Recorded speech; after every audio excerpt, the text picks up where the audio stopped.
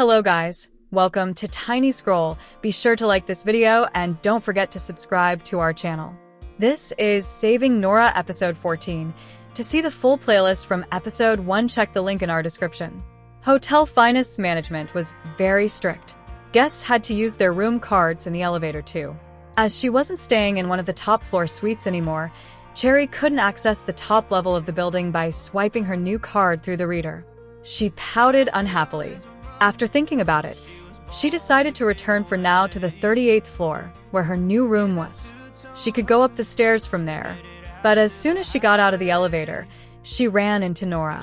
When Cherry saw the look on Nora's face, she decided on the spot to change her plans. She could still look for Daddy tomorrow, but her mummy was obviously upset and in need of comfort. Nora had called several private investigators, but there were still no leads. If Angela really didn't know where her son was, then her father might be the only one who knew the truth. But negotiating with him for any information would be difficult. He was no simple-minded fool like Angela. Breaking through her swirling thoughts, a small figure jumped over and hugged her leg. "Mummy, I love you so much." Glad for the interruption, Nora rubbed Cherry's head and asked softly, "Where did you go? Did you have fun with Mrs. Lewis?" Cherry looked at her fingers. She didn't dare look Nora in the eye as she lied. "We just walked around the hotel. It isn't any fun here at all." "Mummy, let's go to bed." Nora sighed and opened the door. "Okay." Then she turned around to see Cherry leaning against the wall and striking a pose like a model. "Mummy, if you miss my brother, then you can just look at me. He probably looks just like me. We're twins after all." Nora chuckled. "Oh, sweetheart, boy-girl twins aren't identical. Just like ordinary siblings, it's very difficult for them to look exactly the same." Cherry dramatically hung her head in disappointment. I thought he would look just like me." Nora laughed and brought her into the room. After taking a bath, the two got ready for bed. Nora's cell phone rang. The call was from the Smiths. She cast her eyes down and contemplated for a moment whether or not to answer. Making her decision, she turned off the cell phone and went to sleep next to her daughter. When Nora woke up the next day, Cherry had already quietly gotten out of bed and was playing with Mrs. Lewis outside. Nora took a look at her cell phone. Aside from dozens of missed calls from the Smiths, there was also one from her Aunt Irene. Irene, who was her aunt on her father's side of the family, had been the kindest to her during all these years. It was because of her that Nora still had a good relationship with her cousin Lisa. Thinking she would get to speak with Irene, Nora returned the call. Someone picked up very quickly, but it was her father's voice that rang out, not Irene's. "Well, here I was, thinking that you'd already abandoned the family, Nora." She rolled her eyes lazily and got out of bed to get something to eat. "What's up? Don't give me your attitude. What happened yesterday? Did you sabotage Anthony's proposal to your sister? She said you attacked her. You've been saying for years that you wanted to cancel your engagement. Now that you've gotten your way, why are you trying to get Anthony back again? He's Angela's now." Nora sighed. It had always been like this, ever since she had been young. The moment she and Angela had a disagreement, Henry would blame her without even trying to find out the truth. She was depressingly used to it. She said calmly, "Then why didn't he propose to her?" "He was going to, but you've messed everything up now. Come back right now and apologize to your sister. Otherwise, don't blame me if I disown you. Do what you want." Nora was about to hang up, but Henry yelled angrily, "You ungrateful, disobedient brat. This is no time for your attitude. We're in the middle of an emergency with your aunt. Do you even care?" Nora paused. "What's wrong with her? She has a brain tumor.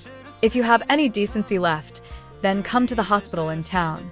Otherwise, you'll miss your chance to see your aunt for the last time. I'll be right over."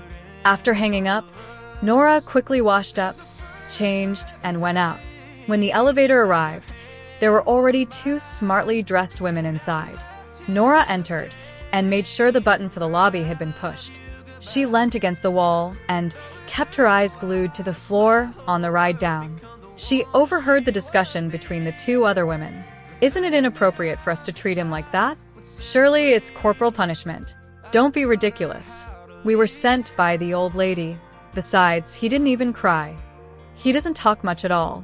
I've heard he might be autistic." He just behaves so badly. I have to admit, it felt a little good when I saw him be reprimanded. Being rich is no excuse. He still has to listen to us. But what if the father finds out? He will only find out if Pete doesn't finish his homework, and then that will be Pete's fault. That man is very strict with his son. He might be angry if Pete makes a fuss, but the child is so quiet and stubborn. Even if I didn't give him lunch, I bet he wouldn't say a word about it to his father. When the elevator arrived on the first floor, the two tutors walked out and went to eat in the hotel restaurant. Nora, who exited the elevator behind them, frowned.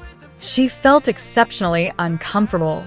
The elevator had brought the women down to her floor, so they could only have come from the presidential suite on the top floor.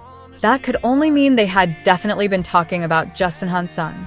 Nora cast her eyes down and decided to mind her own business. The cab she had called for had already arrived. She was about to get in the car when she heard a commotion behind her.